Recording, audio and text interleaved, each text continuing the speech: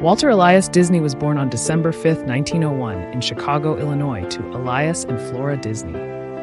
Walt was the fourth of 5 children and spent much of his early childhood on a farm in Marceline, Missouri.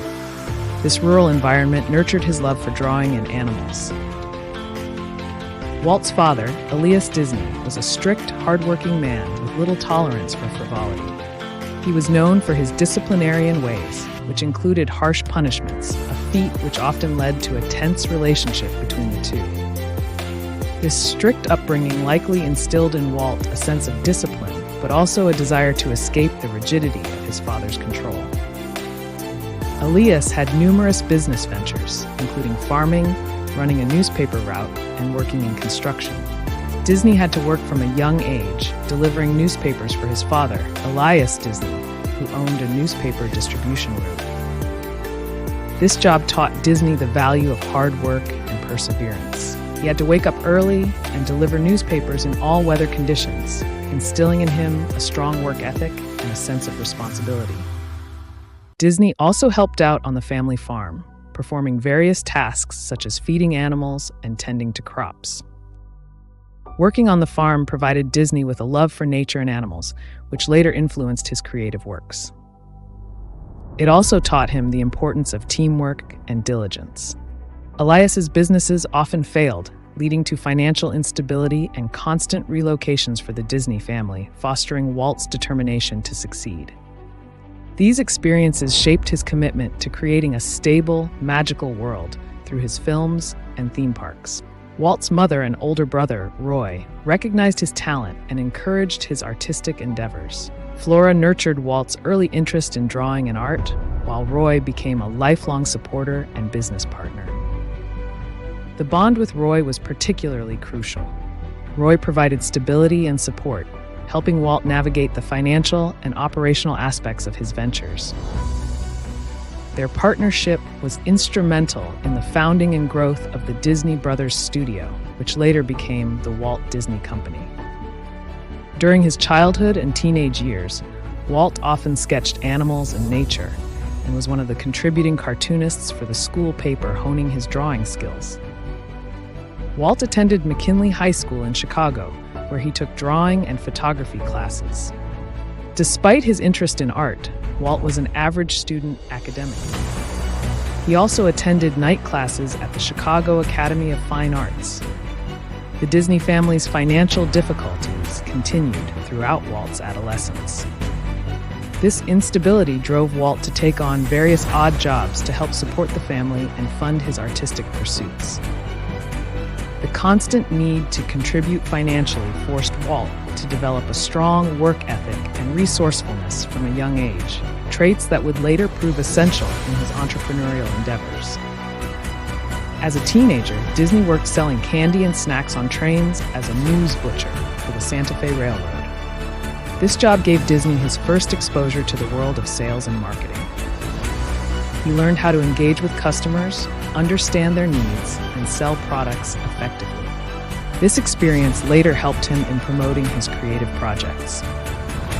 Disney worked at a local print shop, where he was responsible for cleaning and performing other menial tasks. This job sparked Disney's interest in the print and publishing industry. He learned about typesetting, printing processes, and the importance of attention to detail. This experience was valuable when he later started creating and publishing his cartoons and helping with other family businesses.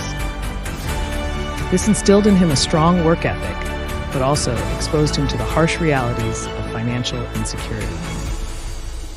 At 16, Walt dropped out of high school and attempted to join the Army, but was rejected due to his age. He joined the Red Cross instead and was sent to France to drive an ambulance. His ambulance was covered in cartoon drawings, reflecting his passion for art. After returning from France, Walt moved to Kansas City, Missouri, to pursue a career as a commercial artist. He worked long hours for the Pesman Rubin Art Studio, where he met Works, a fellow artist who would become a lifelong collaborator. It was not unnatural to find him late in the office as he pushed his limits while experimenting with animation techniques. Later, he was fired by his editor, the justification being he had no good ideas and lacked imagination. But this didn't discourage Disney. In 1922, Walt founded Laugh-O-Gram Studio, which produced short cartoons based on fairy tales. Despite initial success, the studio went bankrupt in 1923 due to financial mismanagement and Walt's naivety in business. This failure was a major setback, leading to significant debt and personal hardship. This early failure, compounded by his family's financial struggles, could have discouraged him. Instead, it fueled his determination to succeed. In 1923, Walt moved to Hollywood with $40 in his pocket and a suitcase of unfinished film reels.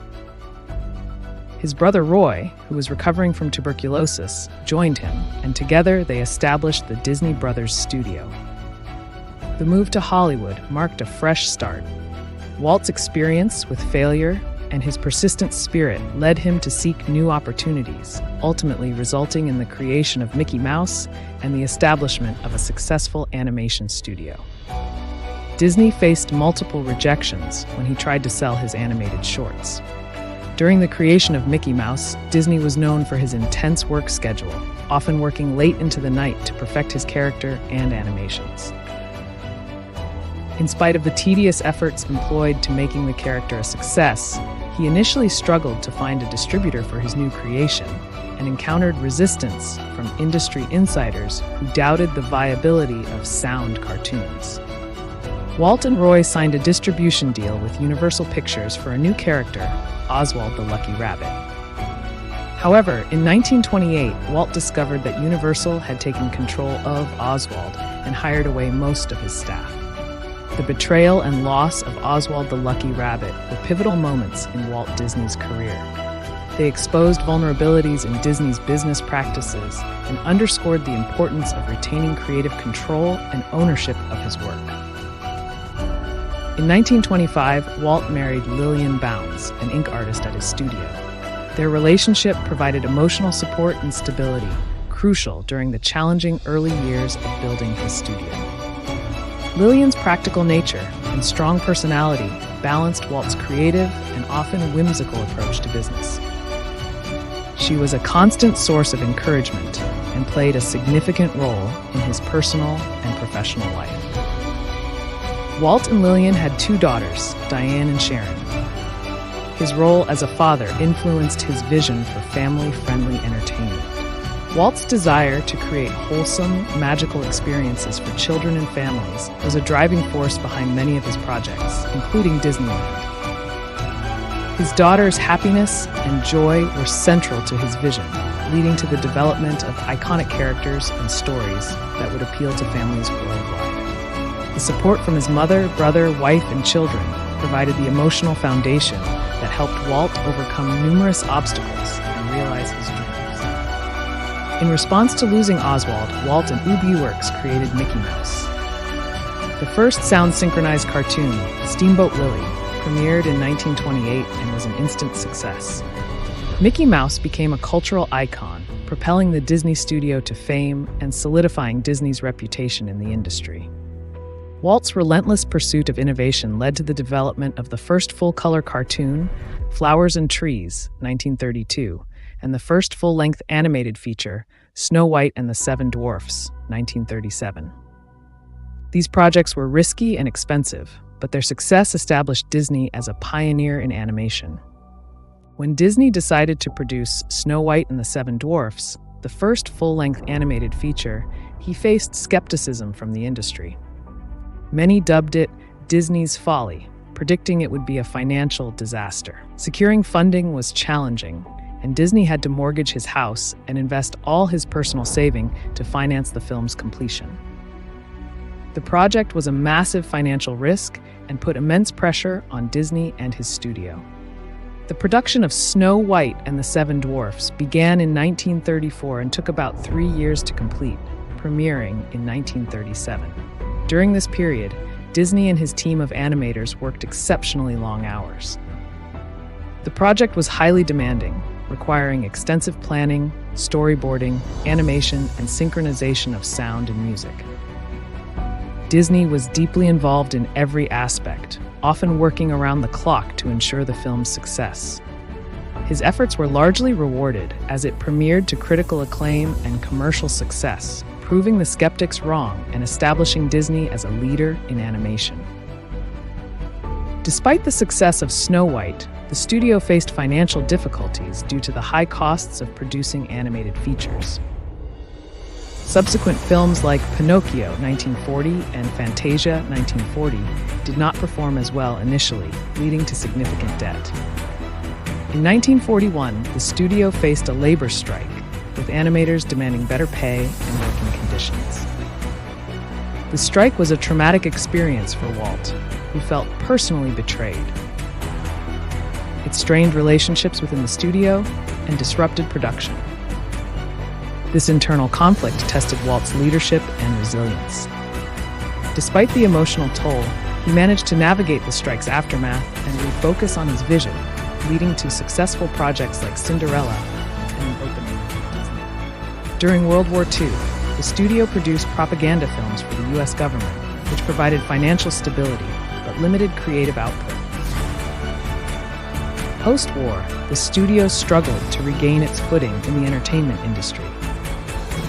Disney's vision extended beyond animation.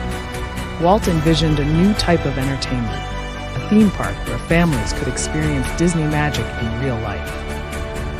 The idea for Disneyland began to take shape in the early 1950s, with construction starting in 1954. Disney was intensely involved in the design and construction process, often spending long hours at the construction site and in meetings. Despite skepticism and financial risks, Disneyland opened in 1955 in Anaheim, California, and became a tremendous success, marking another significant breakthrough and revolutionizing the amusement park industry. The park's creation was the culmination of years of hard work and meticulous planning. Walt also embraced television, producing popular shows like the Mickey Mouse Club and Disneyland, which promoted his theme park and expanded the Disney brand into American households. So, what exactly inspired Disneyland, one of his most successful enterprises? The history for its success stems back to his childhood years. Walt Disney's formative years in Marceline, Missouri, had a profound impact on him. The idyllic small-town life and the sense of community he experienced there became a cornerstone of his later vision for Disneyland. Marceline was also where Disney developed his lifelong fascination with trains. This interest would later be reflected in Disneyland's railroad, which encircles the park. From a young age, Disney was captivated by drawing and storytelling. His early exposure to fairy tales and adventure stories fueled his imagination, laying the groundwork for the magical worlds he would later create. Disney visited various amusement parks, including Coney Island, and was inspired by their ability to entertain and delight visitors. However, he found many of them dirty and poorly maintained, which motivated him to create a cleaner, more immersive experience. Disney often took his daughters to Griffith Park in Los Angeles, where he would sit on a bench and watch them ride the merry-go-round. It was here that he began to envision a place where both children and adults could enjoy themselves together.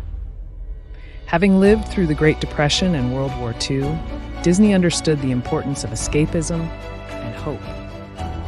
He envisioned Disneyland as a place where people could momentarily forget their troubles and immerse themselves in a world of fantasy and joy.